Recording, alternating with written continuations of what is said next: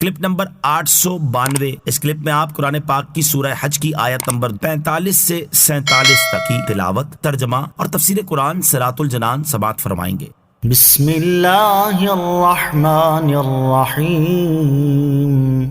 ترجمہ: اللہ کے نام سے شروع جو نہایت مہربان رحمت والا ہے۔ فَكَأَيِّن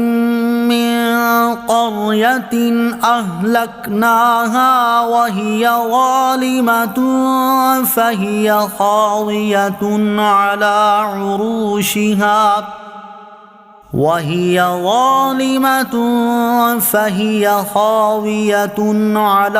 عُرُوشِهَا وَبِئْرٍ مُّعَطَّلَةٍ وَقَصْرٍ مَّشِيدٍ۔ ترجمہ: اور کتنی ہی بستیوں کو ہم نے ہلاک کر دیا اور وہ ظالم تھیں، تو اب وہ اپنی چھتوں کے بل پر گری پڑی ہیں، اور کتنے کنویں بیکار پڑے ہوئے اور کتنے بلند و بالا مضبوط محل ہم نے برباد کر دیے۔ فَكَأَيِّن مِّن قَرْيَةٍ أَهْلَكْنَاهَا، اور کتنی ہی بستیوں کو ہم نے ہلاک کر دیا۔ ارشاد فرمایا اور کتنی ہی بستیوں کو ہم نے برباد کر دیا اور ان میں رہنے والے لوگوں کو ہلاک کر دیا، کیونکہ ان بستیوں میں رہنے والے کافر تھے، تو اب وہ بستیاں اپنی چھتوں کے بل پر گری پڑی ہیں، اور کتنے کنویں بیکار پڑے ہیں کہ ان سے کوئی پانی بھرنے والا نہیں، اور کتنے بلند و بالا محل خالی اور ویران پڑے ہیں کیونکہ ان میں رہنے والے مر چکے ہیں۔ أَفَلَمْ يَسِيرُوا فِي الْأَرْضِ فَتَكُونَ لَهُمْ قُلُوبٌ يَعْقِلُونَ بِهَا أَوْ آذَانٌ يَسْمَعُونَ بِهَا فَإِنَّهَا لَا تَعْمَى الْأَبْصَارُ وَلَكِنْ تَعْمَى الْقُلُوبُ الَّتِي فِي الصُّدُورِ۔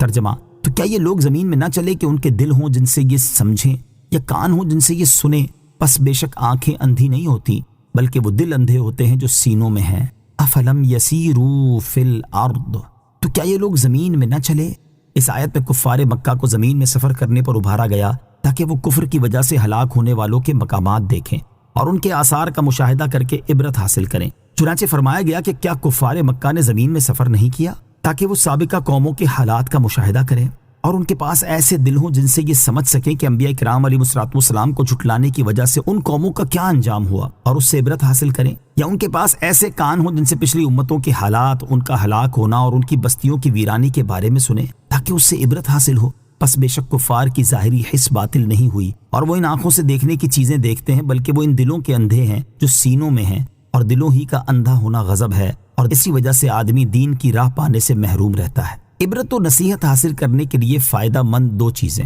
اس آیت سے معلوم ہوا کہ ان مقامات کو دیکھنا جہاں اللہ تعالیٰ کا عذاب نازل ہوا ہے، اور ان قوموں کے بارے میں سننا جن پر اللہ تعالیٰ نے عذاب نازل فرمایا ہے، عبرت اور نصیحت حاصل کرنے کے لیے بہت فائدہ مند ہے۔ اور اس دیکھنے اور سننے سے فائدہ اسی صورت میں اٹھایا جا سکتا ہے جب دل سے غور و فکر کرتے ہوئے ان چیزوں کو دیکھا اور ان کے بارے میں سنا جائے۔ اور جو شخص عذاب والی جگہوں کا مشاہدہ تو کرے اور عذاب یافتہ قوموں کے بارے میں سنے، پھر ان کے حالات و انجام میں غور و فکر نہ کرے، تو وہ عبرت و نصیحت حاصل نہیں کر پاتا۔ لہٰذا جب کسی ایسی جگہ سے گزر ہو جہاں اللہ تعالیٰ کا عذاب نازل ہوا تھا، یا عذاب میں مبتلا ہونے والی قوم کے واقعات سنیں، تو اس وقت دل سے ان پر غور و فکر ضرور کریں تاکہ دل میں اللہ تعالیٰ کے عذاب کا خوف اور ڈر پیدا ہو، اور اللہ تعالیٰ کی نافرمانی سے بچنے اور اس کی اطاعت گزاری کرنے میں مدد ملے۔ اللہ تعالیٰ ارشاد فرماتا ہے: ان فی ذلک لذکری لمن کان لہ قلب او القی السمع وہو شہید۔ ترجمہ: بے شک اس میں نصیحت ہے اس کے لیے جو دل رکھتا ہو یا کان لگائے اور وہ حاضر ہو۔ اور ایک بزرگ رحمت اللہ تعالی فرماتے ہیں: نصیحت کے ساتھ اپنے دل کو زندہ رکھو، غور و فکر کے ساتھ دل کو منور کرو، زہد اور دنیا سے بے رغبتی کے ساتھ نفس کو مارو، یقین کے ساتھ اس کو مضبوط کرو، موت کی یاد سے دل کو ذلیل کرو، فنا ہونے کے یقین سے اس کو صبر کرنے والا بناؤ، زمانے کی مصیبتیں دکھا کر اس کو خوف زدہ کرو، دن اور رات کے ایک دوسرے کے پیچھے آنے سے اس کو بیدار رکھو، گزشتہ لوگوں کے واقعات سے اسے عبرت دلاؤ، پہلے لوگوں کے قصے سنا کر اسے ڈراؤ، ان کے شہروں اور ان کے حالات میں اس کو غور و فکر کرنے کا عادی بناؤ، اور دیکھو کہ بدکاروں اور گناہ گاروں کے ساتھ کیسا معاملہ ہوا اور وہ کس طرح الٹ پلٹ کر دیے گئے۔ وَيَسْتَعْجِلُونَكَ بِالْعَذَابِ وَلَن يُخْلِفَ اللَّهُ وَعْدَهُ وَإِنَّ يَوْمًا عِندَ رَبِّكَ كَأَلْفِ سَنَةٍ مِّمَّا تَعُدُّونَ۔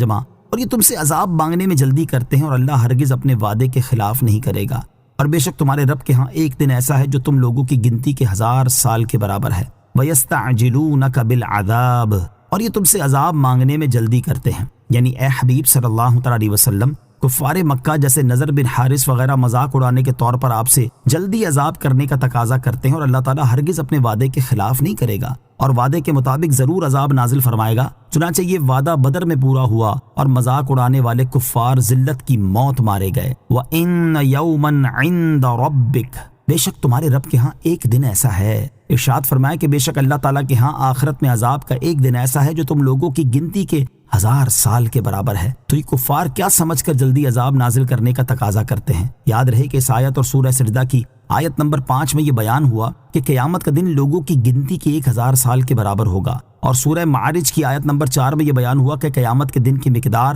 50,000 سال ہے۔ ان میں مطابقت یہ ہے کہ قیامت کے دن کفار کو جن سختیوں اور ہولناکیوں کا سامنا ہوگا ان کی وجہ سے بعض کفار کو وہ دن 1000 سال کے برابر لگے گا اور بعض کفار کو 50,000 سال کے برابر